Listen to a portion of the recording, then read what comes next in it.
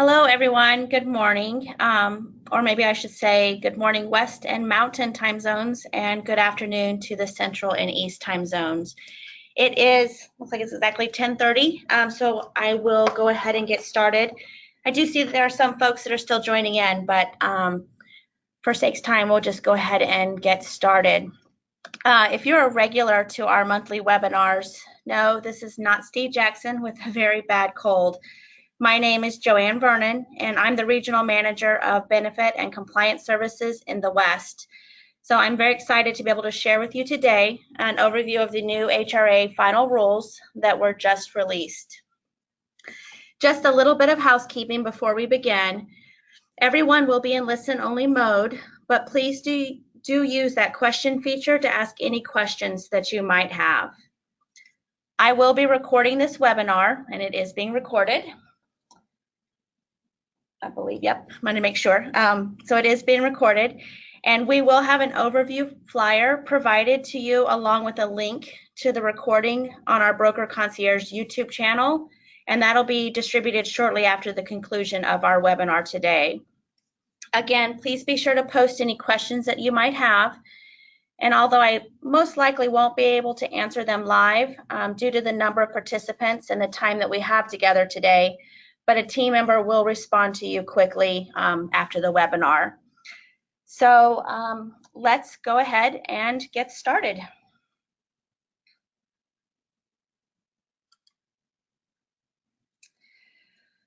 We're going to spend a little bit of time this morning on the evolution of HRAs, just kind of where we've gone, where we've been, and then we'll dive into the final rule. And then we're going to move into breaking down each of the new HRAs that are available beginning in 2020. So I'd like to spend the most amount of time talking more about the accepted benefit HRA and the individual coverage HRA in a little bit more detail. So that's where we're going to spend most of our time this morning or this afternoon. So in 2002, it was the creation of the HRA, or the Health Reimbursement Account, along with PRA, or the Premium Reimbursement Accounts.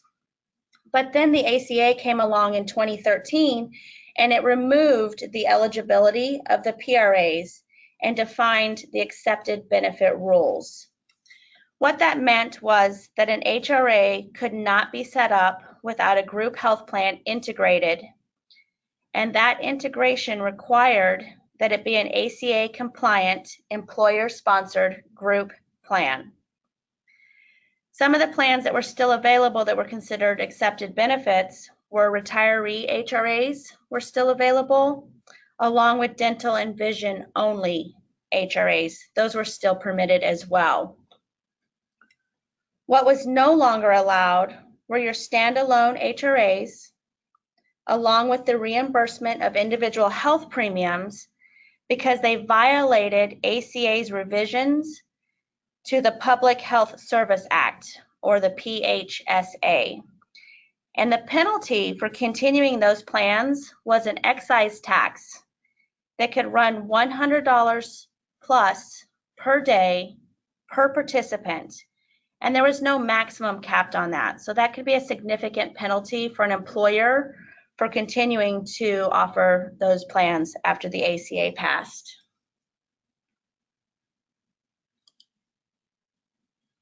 All right, the next expansion to the HRA was the addition of the QSERA, or the Qualified Small Employer HRA.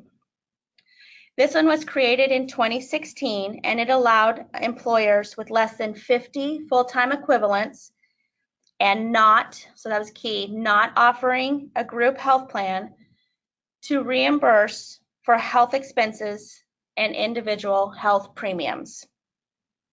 And then in 2018, Trump's executive order proposed the expansion of the HRAs, which that brings us to the final rule that was released June 13th by Health and Human Services, the Department of Labor, and the IRS.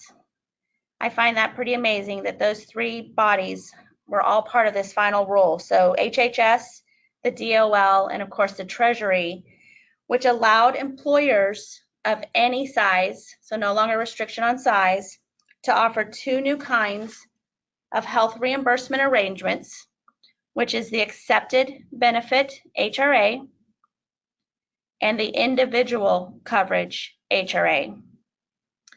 And of course, since we love our acronyms in this industry, I'm going to refer to the individual coverage HRA as an ICHRA. I've also heard it as an ITRA, so we'll just see which one sticks.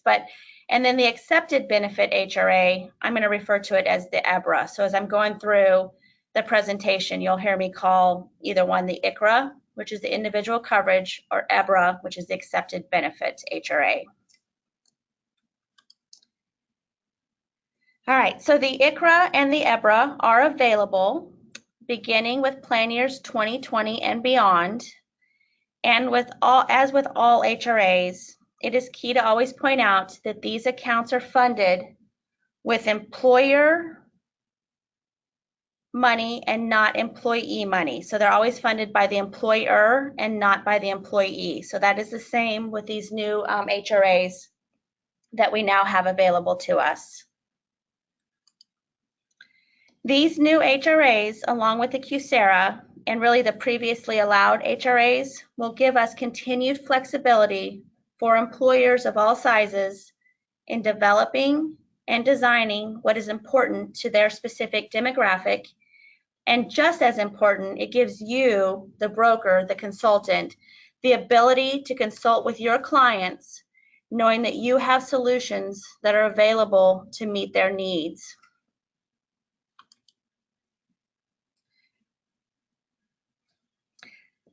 Let's dive into the first one, the accepted benefit HRA. Okay, so the key to this one is it doesn't have to be integrated with a group health plan. So that is very different from what our norm has been since the passing of the ACA. So this new HRA, the EBRA, does not have to be integrated with a group health plan.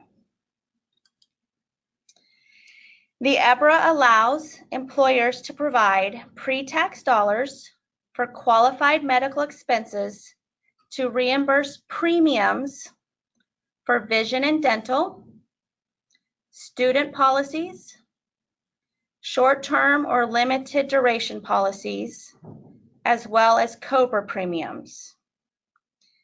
In addition, the employer can also set up the EBRA to reimburse for deductibles, coinsurance, and copayment, as well as those 213D expenses. Now, it's key to mention that the EBRA is not subject to the Public Health Service Act if the employer offers a traditional group health plan to the EBRA participants. So let me just expand on that statement for a second. The employer does still need to offer a group health plan so that the EBRA isn't subject to the ACA regulations. The difference is that the EBRA doesn't have to be integrated with that group health plan. Also, another key is the employees only need to be eligible to enroll, but they can decline the group health plan and still be eligible to enroll in the EBRA. So do you see where this is different from the traditional HRAs that we've been implementing? And of course, I just asked you a question and I just assume there's some heads nodding. The EBRA does have a minimum that is tied to it, and the maximum amount that can be reimbursed, is $1,800. However, the nice thing is it does allow for a year-over-year carryover, and that carryover will not apply to the new limit. So that is also available. Just like with other pre-tax accounts that reimburse health-related expenses, those expenses will follow the 213D expense guidelines, and only premiums that can be reimbursed under this HRA are the ones that were specifically stated, which were dental and vision, student policies, short-term or limited duration plans, as well as COBRA premiums. So just not medical. Medical cannot be reimbursed underneath the EBRA. So that's a big distinction between these two new HRAs. When setting up these plans, the employer does need to be sure that they are set up under the same terms and conditions to similarly situated employees, because the EBRA is subject to non-discrimination testing rules under Section 105. So again, it is subject to those non-discrimination testing. The EBRA is also subject to ERISA, even though it is exempt from reform rules. So let me just say that one more time. The EBRA is subject to ERISA, even though it is not subject to the ACA. Employers who implement an EBRA will want to make sure that they update their ERISA documents to include this new plan. And just like with many of the other plans that we implement, there are disclosure requirements, which include that written plan document, your summary plan description, your summary of benefits coverage, and then of course other federal regulations that apply in addition to ERISA is COBRA and non-discrimination testing. Now when it comes to COBRA, the same rules will apply as with other HRAs when determining the COBRA premium amount, which will be based off the utilization of the plan. So just one more time, the EBRA is subject to ERISA, COBRA, and non-discrimination testing, but not the ACA if a group health plan is available to the eligible employees. All right, so let's go ahead now and jump over to the ICHRA, or the Individual Health Coverage HRA. The key to this one is it must start with an employee enrolled in an individual health policy. So as long as the employee is covered by an individual policy, and that can be on or off the exchange, either way, the employer can, with tax-free funds, reimburse the employee for their cost of their individual health premiums. A key point on this one that I'd like to point out is that the individual health plan must be a qualified health plan, or a MEC, minimum essential coverage, under the ACA. So for example, a health ministry sharing plan does not qualify as a MEC plan and therefore would not be considered an eligible plan under the ICHRA. So I just want to make sure that you're aware of those points. Just like with other HRAs, this HRA can also include reimbursements for 213D expenses. In order for an employee to participate in the ICHRA, they will need to provide their employer, or TPA, depending on how the plan is being set up, with proof of enrollment in a qualified plan. Since the only way to participate in the ICHRA is by having individual coverage, no reimbursements can be made even for 213D expenses without proof being provided. And this substantiation can be provided by a third party covering an individual. And again, it must be an individual policy. So it would not work if an employee is covered under a spouse's employer group health plan. So I want to point that out as well. Again, it's an individual policy that must be covered. This attestation, it's a big word, needs to be done at the minimum annually. However, an employer can request that this substantiation occur more frequently. So depending on what the employer's comfort level is, they could require monthly substantiation, quarterly, but at minimum, it has to be done annually.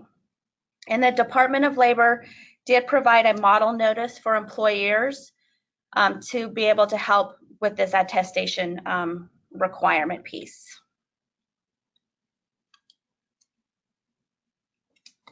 All right, so the ICHRA is subject to ERISA. So let me say it again. It is subject to ERISA. However, there's a but. There is a safe harbor for employers in regards to the ICHRA that relates specifically to the underlying individual health policy that the employee has obtained. That was a big sentence.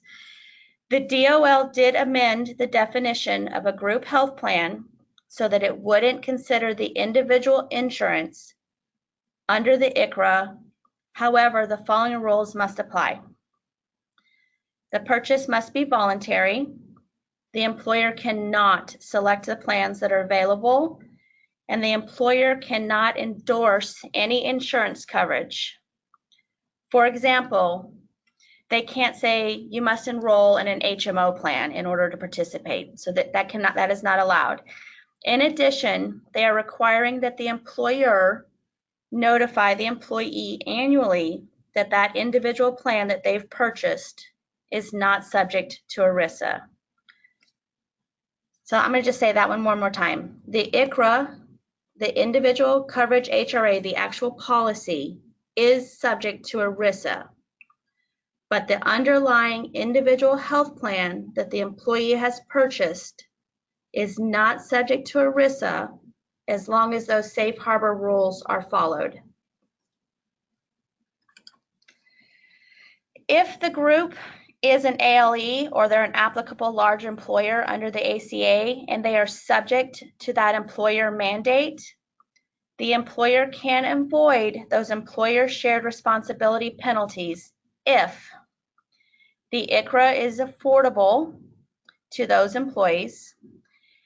So it's the same affordability that we've seen with the ACA before. And in order to determine affordability, it is going to be based off of the lowest cost of a silver plan that is available to that employee in their specific geographic area. That's almost a little bit of a wow. We're still waiting for a little bit more clarification to find out if there's going to be an easier way for an employer to be able to determine the affordability factor. So stay tuned for that. Of course, if we get the information, we'll be sure to share it out, but that's something just to be aware of, that if they're an applicable large employer, it still has to be affordable to those employees that are participating in the ICHRA. So let's now just take a look at how this will affect HSA. So if that employee is enrolled in an individual HSA, and then also how it affects an employee that is on Medicare.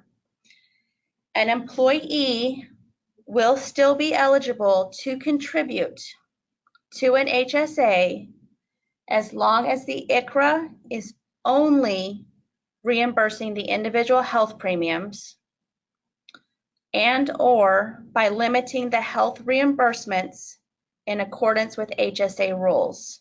For example, dental and vision only. So think about it in terms of a limited FSA, which of course is allowed with an HSA.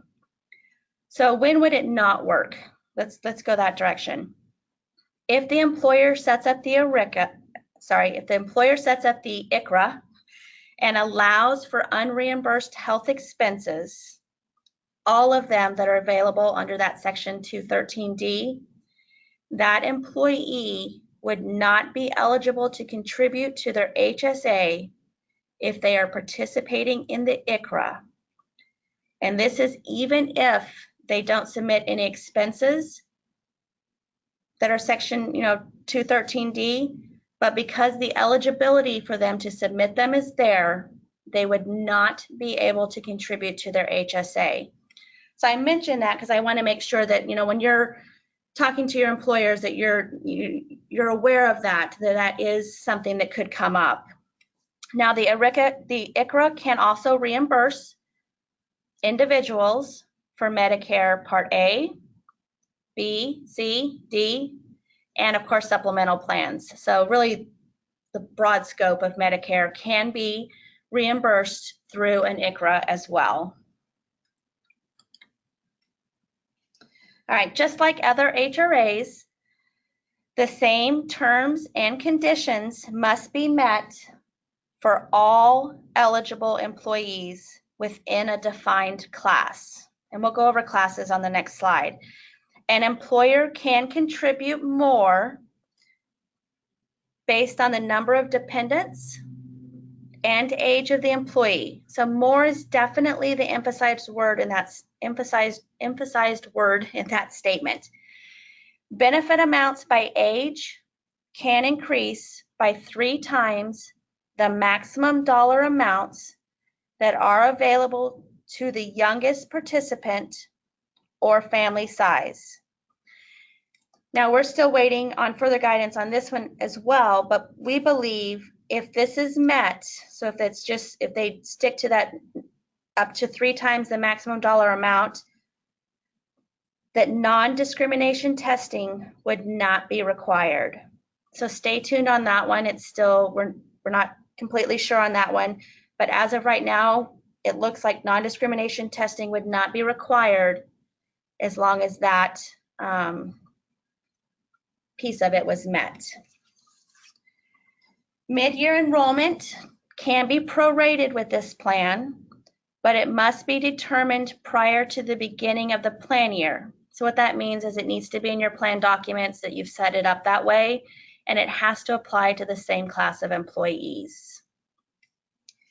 Now, the employer, through a Section 125 plan, can allow for the excess premiums.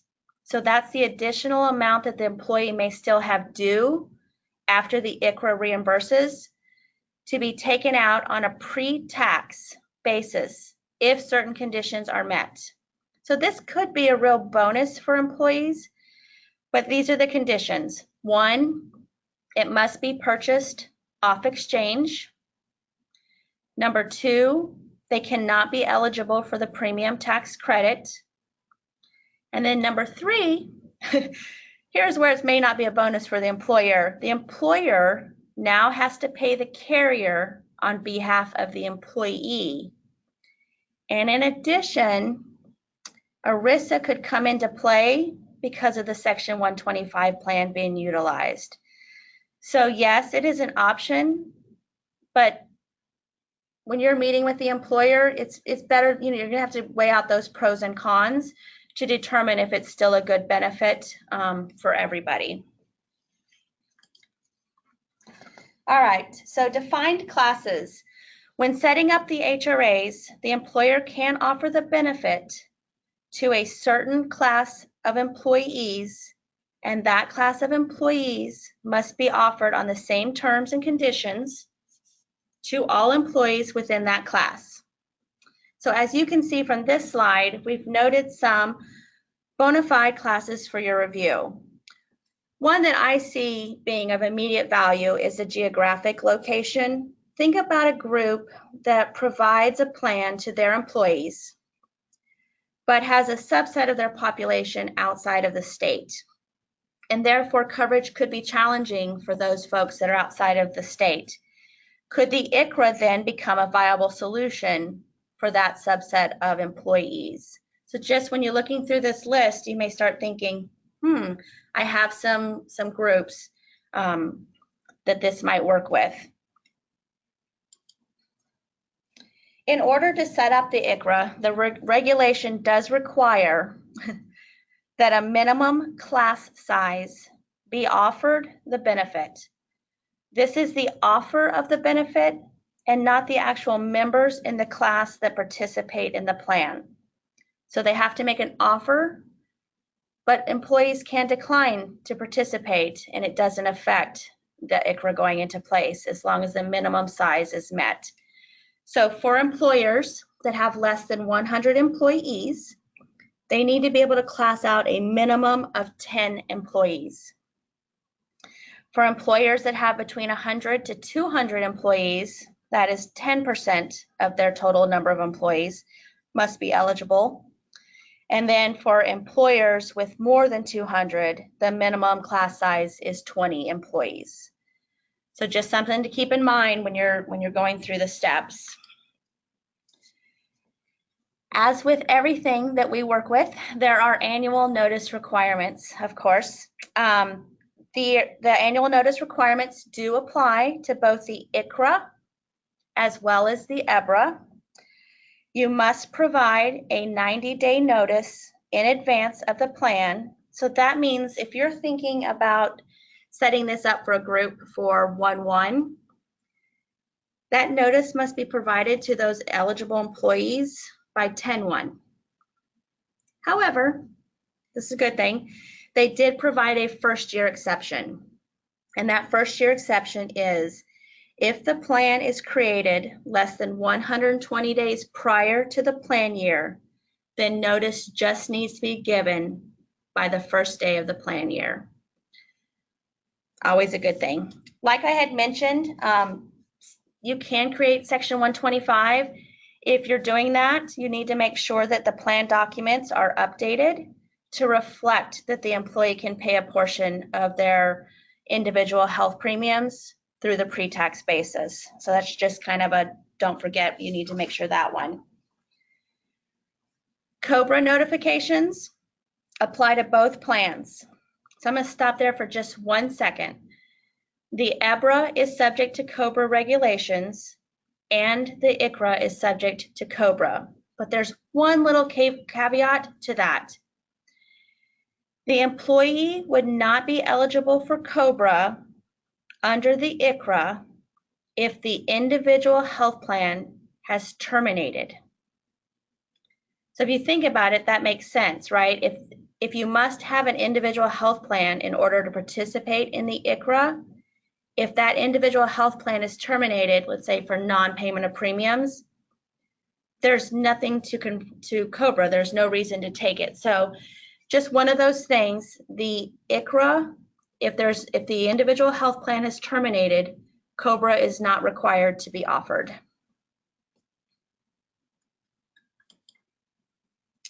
All right, so let's recap just what plans will be available moving into 2020. The first one is one that we've been living in this world. It's an HRA that is integrated with a group health plan, and it's available for the reimbursement of unreimbursed health expenses. The second one is as an accepted benefit, so it was a dental and vision only, still available, still a viable option for employers, along with the standalone retiree accepted benefit plan. The qualified small employer HRA, so that QSERA, is still available moving into 2020.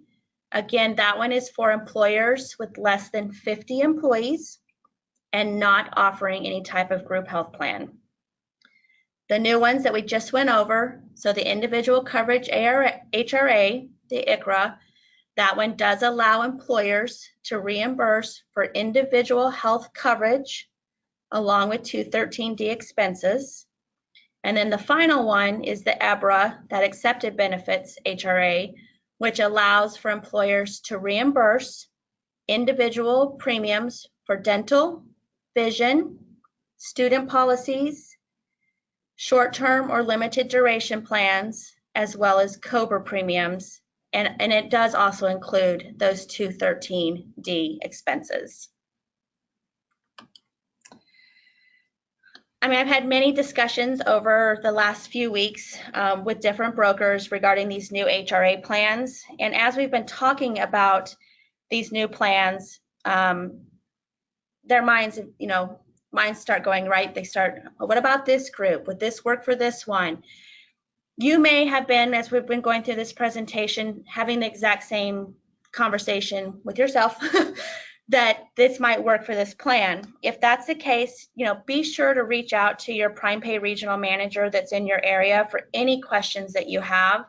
And then also join us next month because we're going to put together different scenarios where these HRAs can be put into practical use. So I want to make sure that you guys are aware that that is going to be available. And then again, like I mentioned, we will be posting a recording of this presentation on our YouTube Broker Concierge channel, as well as following up with an outline on each of the new HRAs to you. All questions will be answered. So if you asked any questions, they will be answered by the product manager team in your area. And really at the end, I just want to say thank you again for joining me, and I hope you enjoy the rest of your day. Thank you.